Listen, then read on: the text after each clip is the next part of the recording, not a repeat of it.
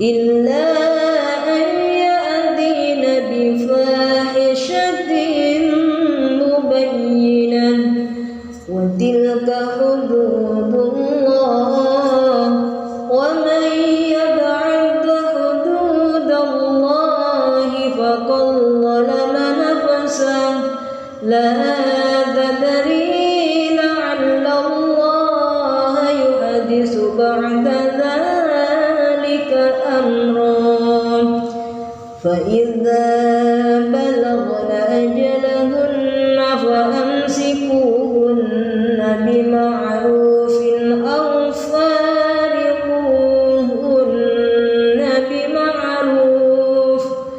أو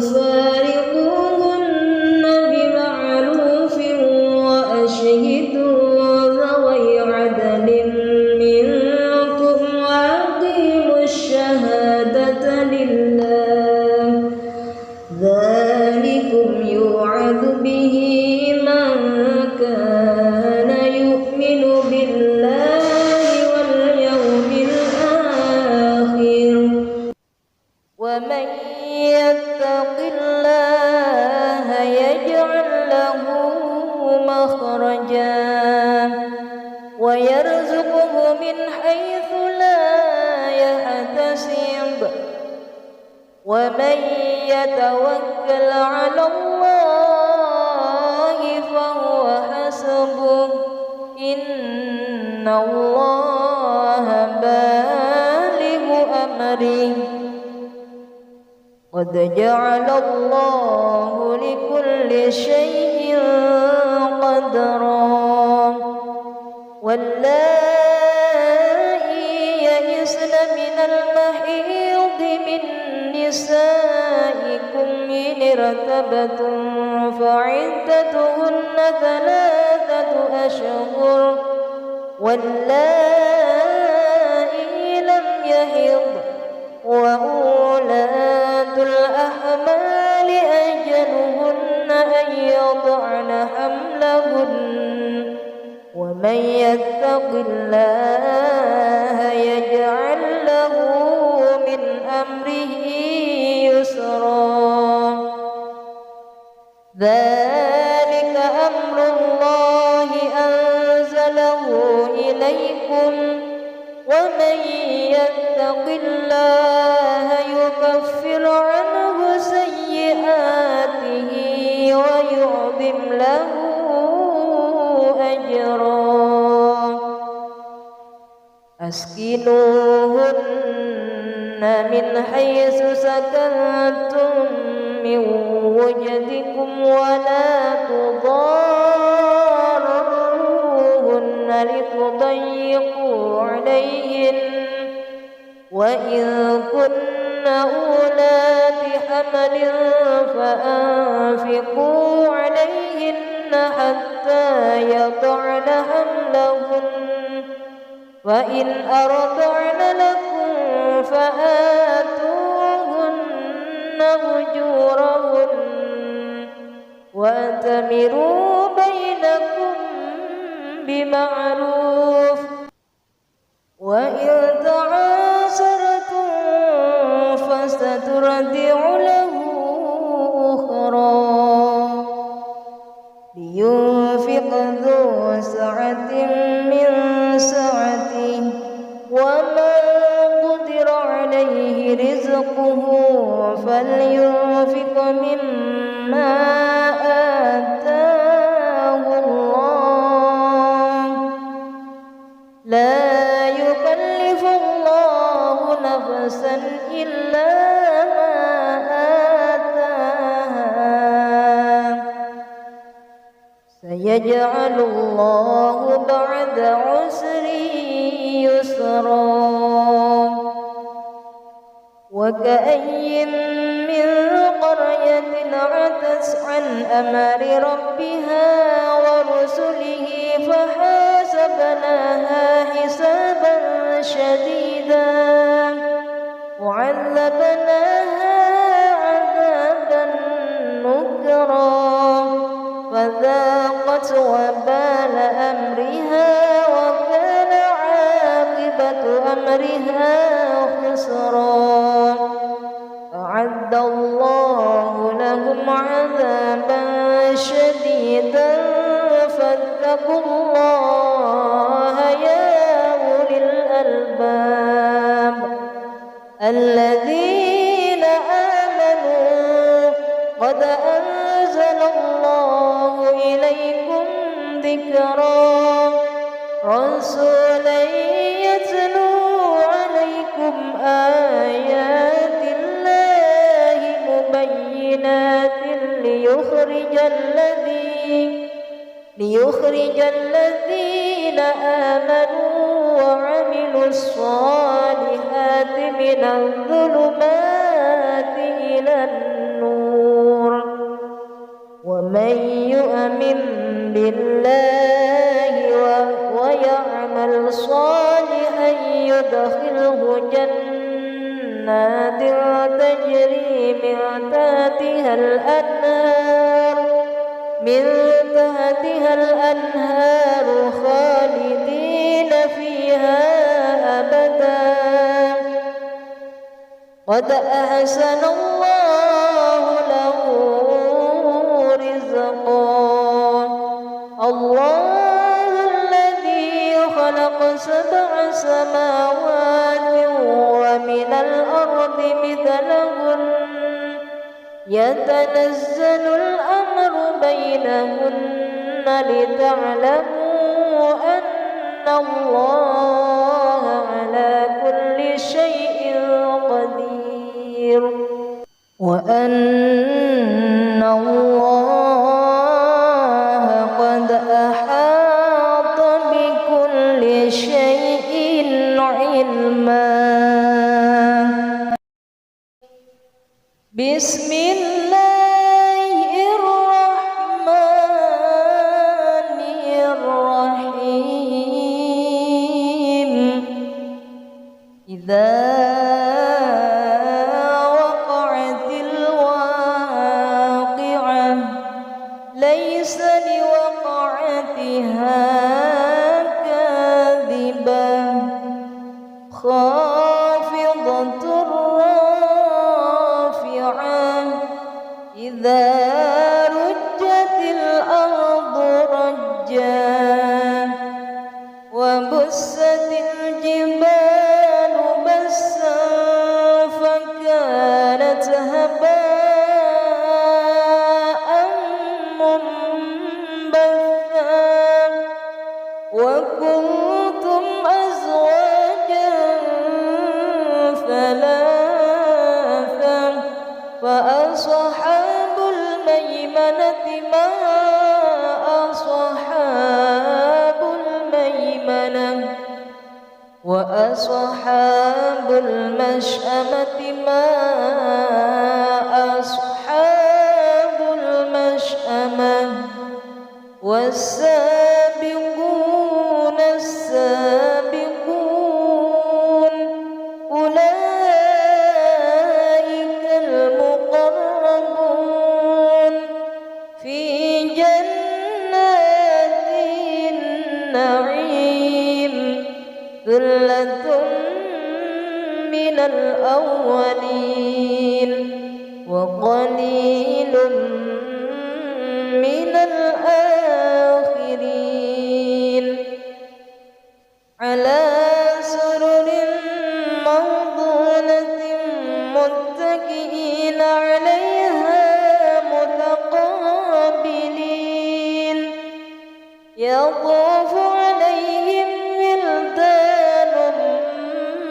مخلدون بأكواب وأباريق وكأس من معين لا يصدعون عنها ولا ينزفون وفاكهة مما يتخيرون ولحم طير مما يشتهون وحور عين كأمثال اللؤلؤ المكنون جزاء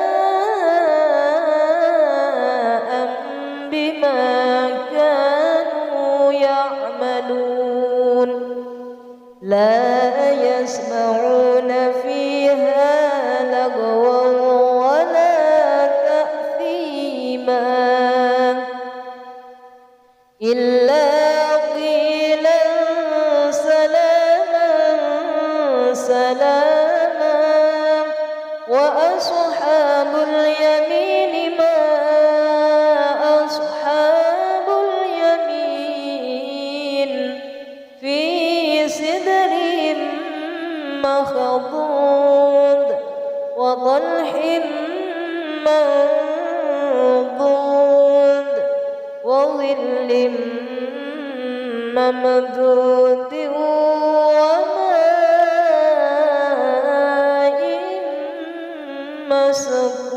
مسكوب وفاكهة كثيرة لا مقطوعة ولا ممنوعة وفرش مرفوعة إنا أنشأناهن إنشاء وجعلناهن أبكارا عربا أترابا لأصحاب اليمين ثلة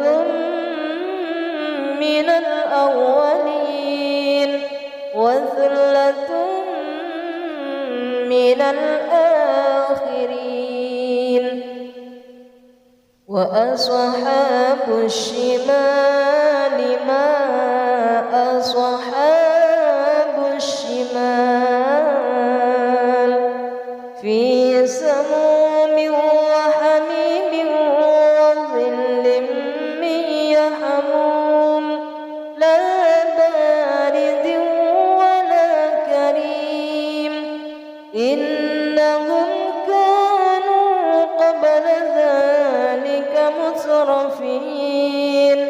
وكانوا يصرون على الحنث العظيم وكانوا يقولون أئذا متنا وكنا ترابا وعظاما أئنا لمبعوثون أوآباؤنا الأولون قل إن الأولين والآخرين لمجموعون إلى ميقات يوم معلوم ثم إنكم أيها الضالون المكذبون لآكلون من شجر من زقوم فمالئون منها البطون فشاربون عليه من الحميم فشاربون شرب الهيم هذا نزلهم يوم الدين نحن خلقناكم فلولا تصدقون أفرأيتم ما تمنون أأنتم تخلقونه أم نحن الخالقون نحن قدرنا بينكم الموت وما نحن بمسبوقين على أن نبدل أمثالكم وننشئكم فيما لا تعلمون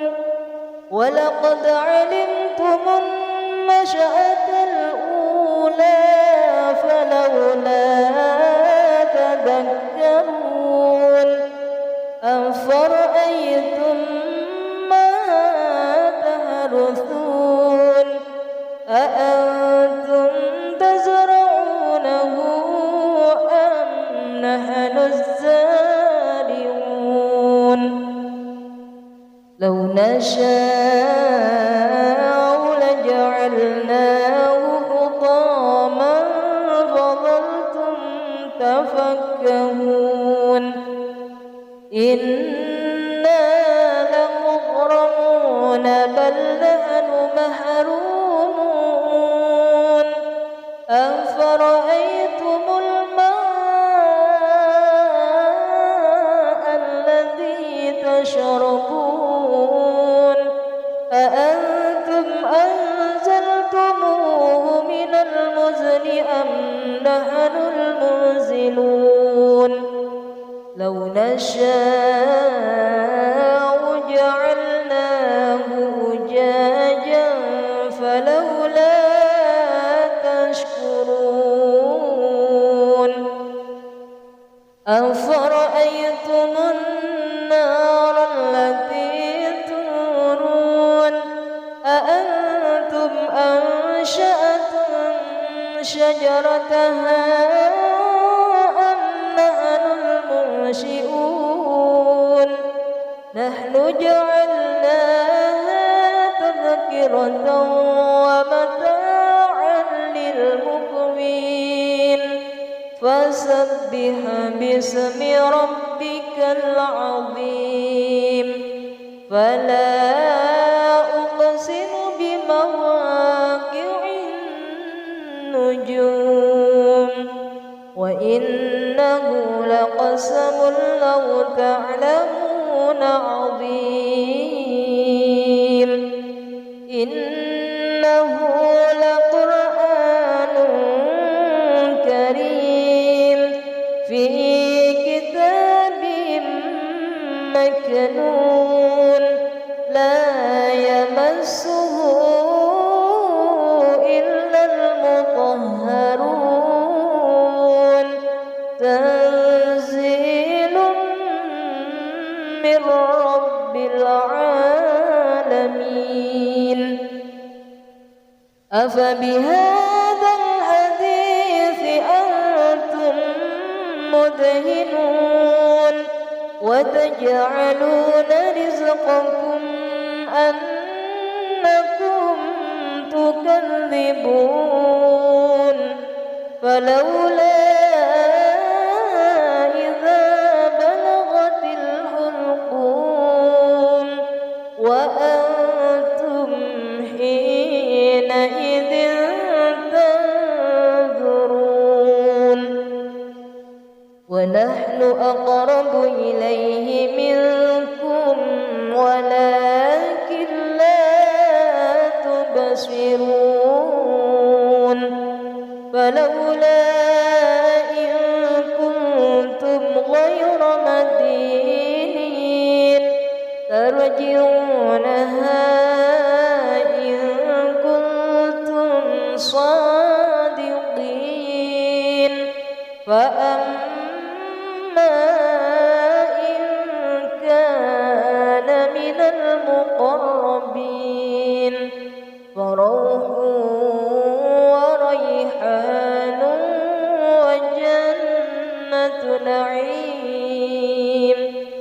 وأما إن كان من أصحاب اليمين فسلام لك من أصحاب اليمين وأما إن كان من المكذبين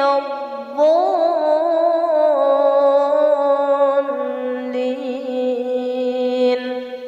فنزل من حميم وتصلية جحيم إن هذا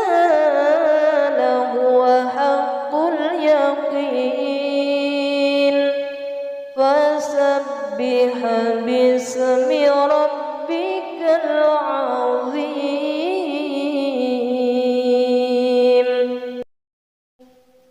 بسم الله الرحمن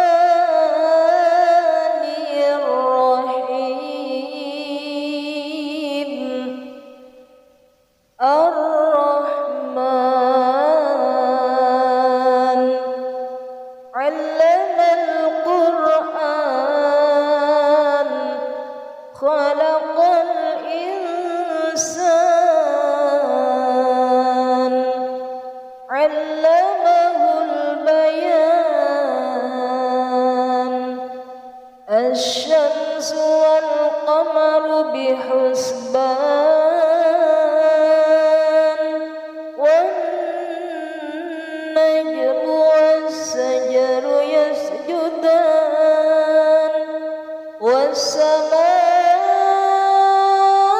والسماء رفعها ووضع الميزان ألا تطغوا في الميزان وأقيموا الوزن بالقسط ولا تخسروا الميزان والأرض وضعها للأنام فيها فاكهة والنخل ذات الأكمام والحب ذو العصف والريحان فبأي آلاء ربكما تكذبان خلق الإنسان من صلصال كالفخار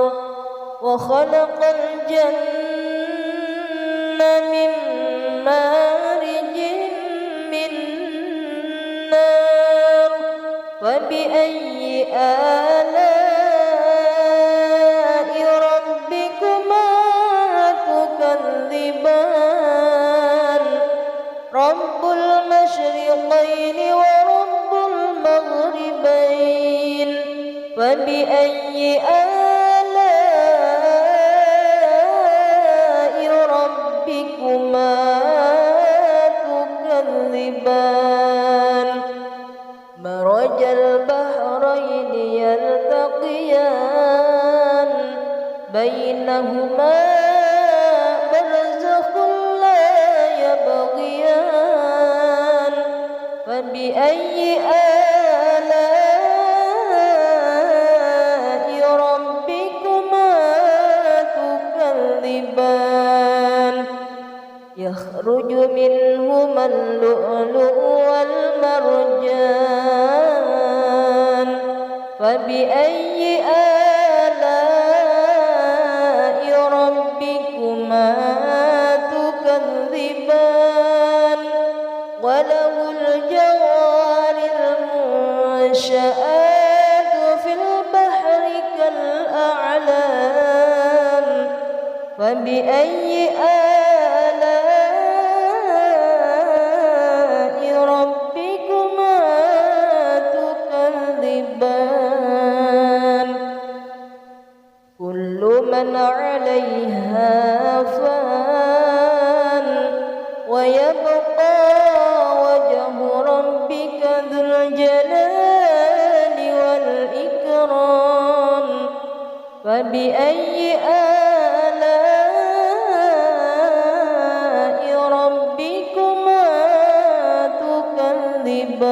تكذبان يسأله من في السماوات والأرض كل يوم هو في شأن فبأي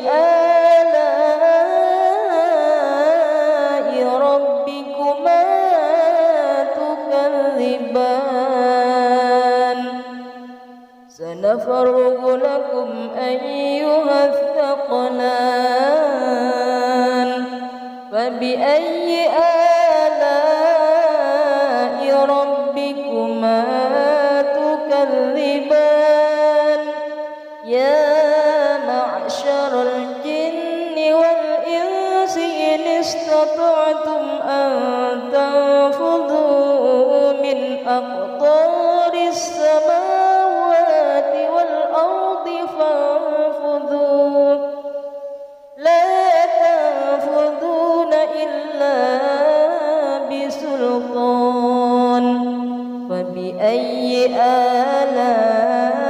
آلاء ربكما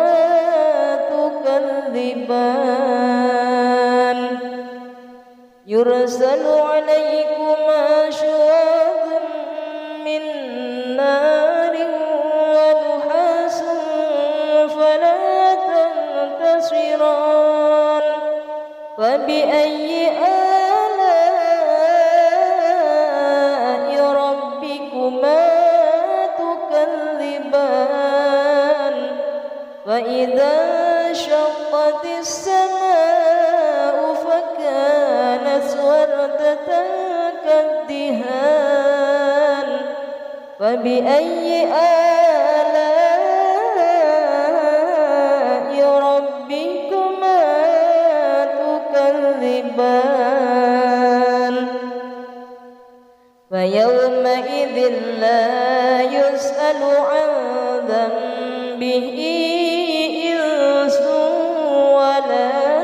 جان فبأي آلاء ربكما تكذبان يعرف المجرمون بسيماهم فيؤخذ بالنواصي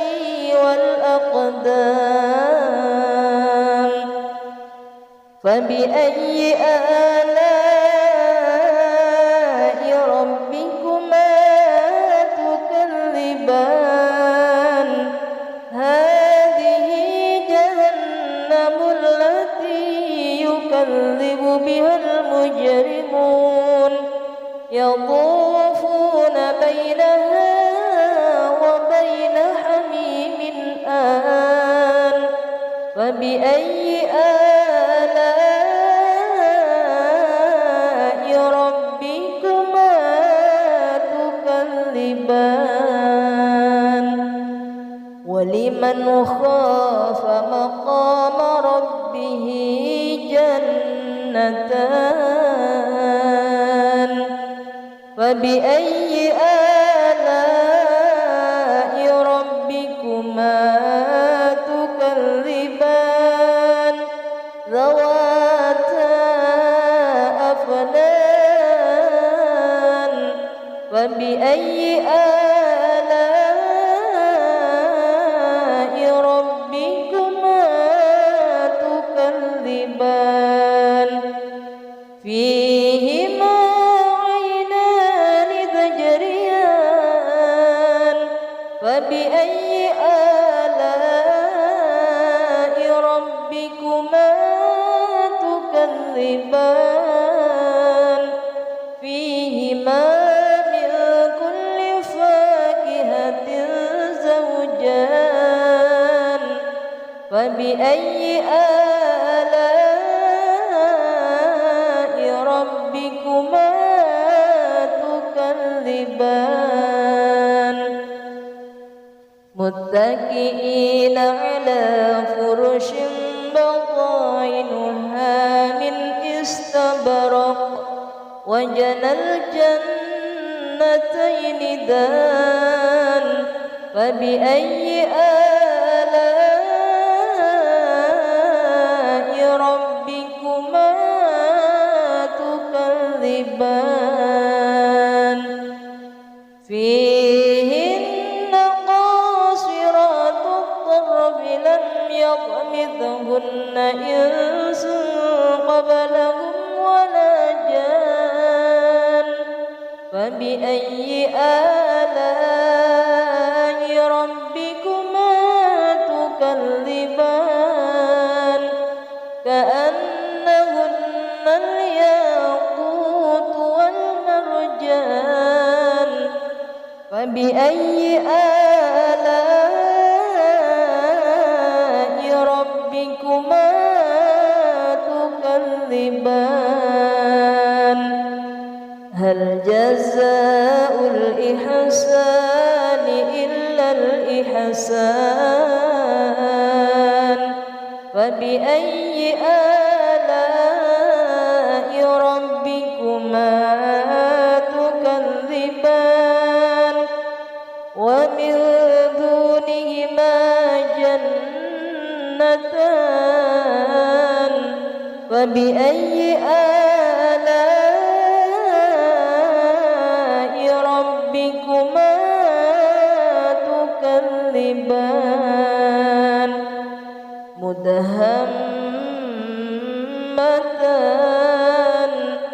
فبأي آلاء ربكما تكذبان فيهما عينان نضاختان فبأي آلاء ربكما تكذبان فيهما فاكهة ونخل ورمان فبأي آلاء ربكما تكذبان فيهن خيرات حسان فبأي آلاء ربكما تكذبان حور مقصورات في الخيام فبأي آلاء ربكما تكذبان لم يطمثهن إنس قبلهم ولا جان فبأي آلاء ربكما تكذبان متكئين على رفرف خضر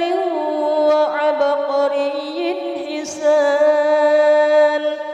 فبأي آلاء ربكما تكذبان تبارك اسم ربك ذي الجلال والإكرام أعوذ بالله من الشيطان الرجيم بسم الله الرحمن الرحيم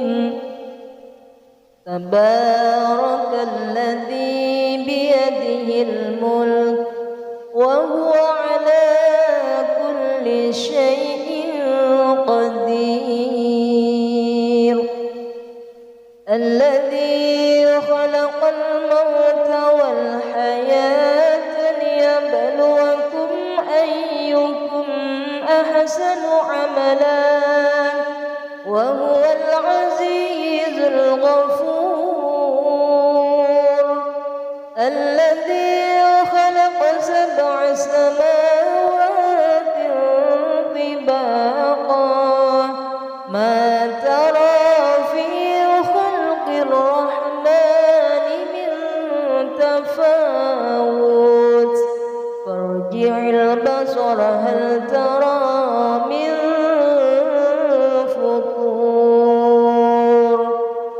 ثم ارجع البصر كرتين ينقلب إليك البصر خاسئا وهو حسير ولقد زينا السماء الدنيا بمصابيح وجعلناها رجوما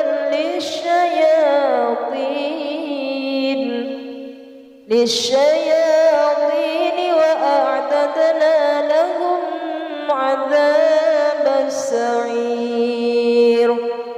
وللذين كفروا بربهم عذاب جهنم وبئس المصير إذا ألقوا فيها سمعوا لها شهيقا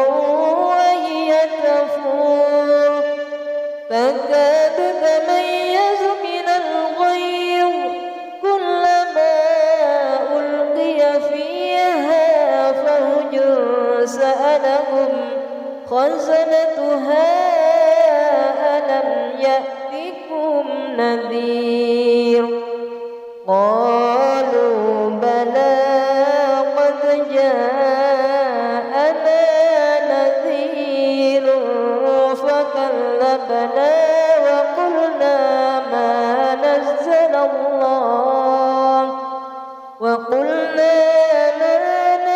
الله من شيء إن أنتم إلا في ضلال كبير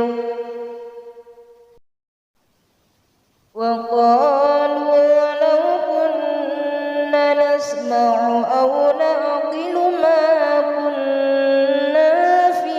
أصحاب السعير فاعترفوا بذنبهم فسوقا لأصحاب السعير إن الذين يخشون ربهم بالغيب لهم مغفرة وأجر كبير وأسروا قولكم أو اجهروا به إنه عليم بذات الصدور ألا يعلم من خلق وهو اللطيف الخبير هو الذي جعل لكم الأرض ذلولا فامشوا في مناكبها وكلوا من رزقه وإليه النشور أأمنتم من في السماء أن يخسف بكم الأرض فإذا هي تمور أم أمنتم من في السماء أن يرسل عليكم حاصبا فستعلمون كيف نذير ولقد كذب الذين من قبلهم فكيف كان نكير أولم يروا إلى الطير فوقهم صافات ويقبض ما يمسكهن إلا الرحمن إنه بكل شيء بصير أمن هذا الذي هو جند لكم ينصركم من دون الرحمن إن الكافرون إلا في غرور أمن هذا الذي يرزقكم إن أمسك رزقه بل لجوا في عتو ونفور أفمن يمشي مكبا على وجهه أهدى أمن يمشي سويا على صراط مستقيم قل هو الذي أنشأكم وجعل لكم السمع والأبصار والأفئدة قليلا ما تشكرون قل هو الذي ذرأكم في الأرض وإليه تحشرون ويقولون متى هذا الوعد إن كنتم صادقين قل إنما العلم عند الله وإنما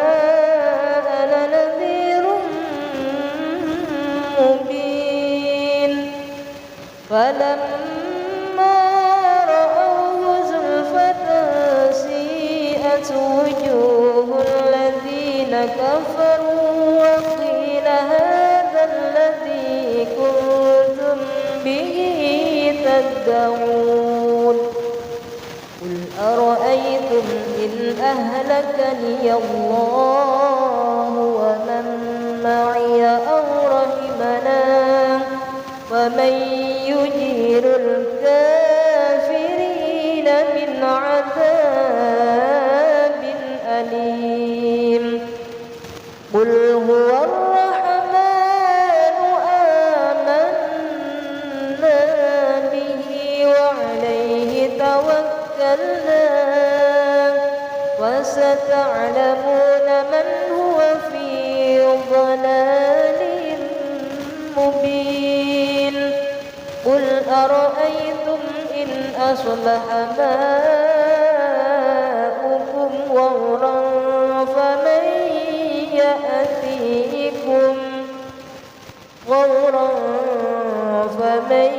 يأتيكم بماء معين صدق الله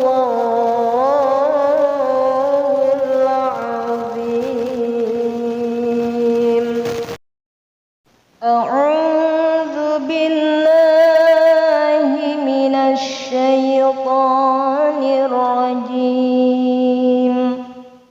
بسم الله الرحمن الرحيم.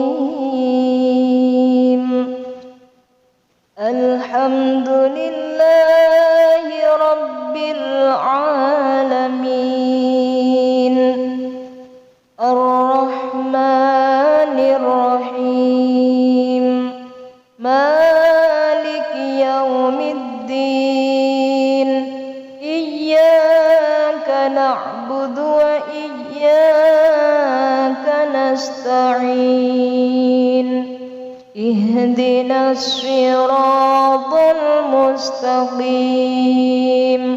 صراط الذين أنعمت عليهم غير المغضوب عليهم ولا الضالين.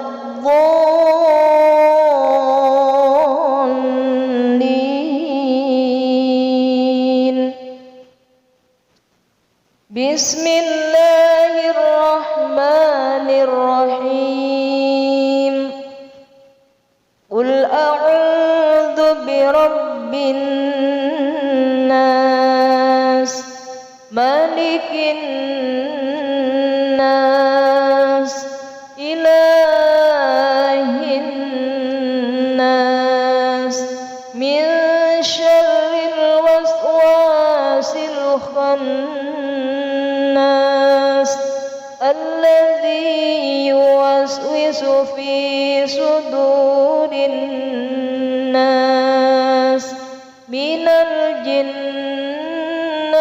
والناس. بسم الله الرحمن الرحيم. قل أعوذ برب الفلق من شر ما خلق ومن شر غاسق إذا وقب ومن شر النفاثات في العقد ومن شر حاسد إذا حسد. بسم الله الرحمن الرحيم. قل هو الله أحد الله الصمد لم يلد ولم يولد ولم يكن له كفوا أحد. بسم الله الرحمن الرحيم. تبت يدا أبي لهب ذهب ما أغنى عنه ماله وما كسب سيصلى نارا ذات لهب وامرأته حمالة الحطب في جيدها حبل من مسد بسم الله الرحمن الرحيم إذا جاء نصر الله والفتح ورأيت الناس يدخلون في دين الله أفواجا فسبح بحمد ربك واستغفره إنه كان توابا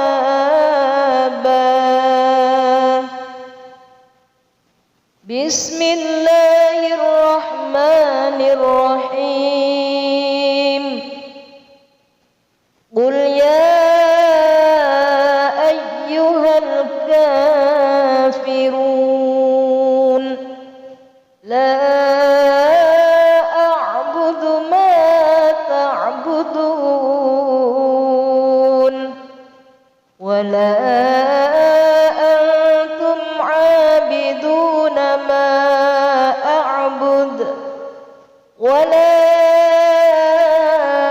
أنا عابد ما عبدتم ولا أنتم عابدون ما أعبد لكم دينكم ولي دين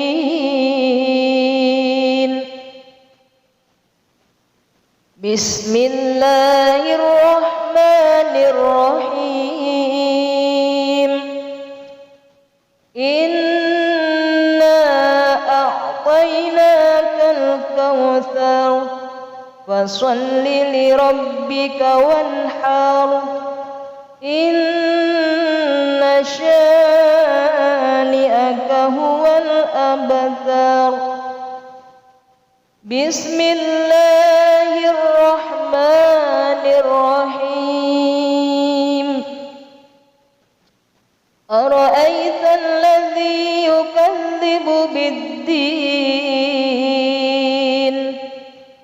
فذلك الذي يدع اليتيم ولا يحض على طعام المسكين فويل للمصلين الذين هم عن صلاتهم ساهون الذين هم يراءون ويمنعون الماعون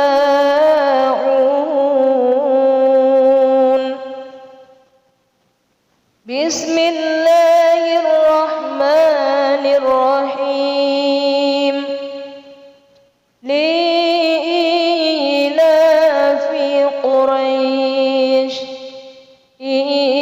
إيلافهم رحلة الشتاء والصيف فليعبدوا رب هذا البيت الذي أطعمهم من جوع وآمنهم من خوف بسم الله الرحمن الرحيم ألم تر كيف فعل ربك بأصحاب الفيل ألم يجعل كيدهم في تضليل وأرسل عليهم طيرا أبابيل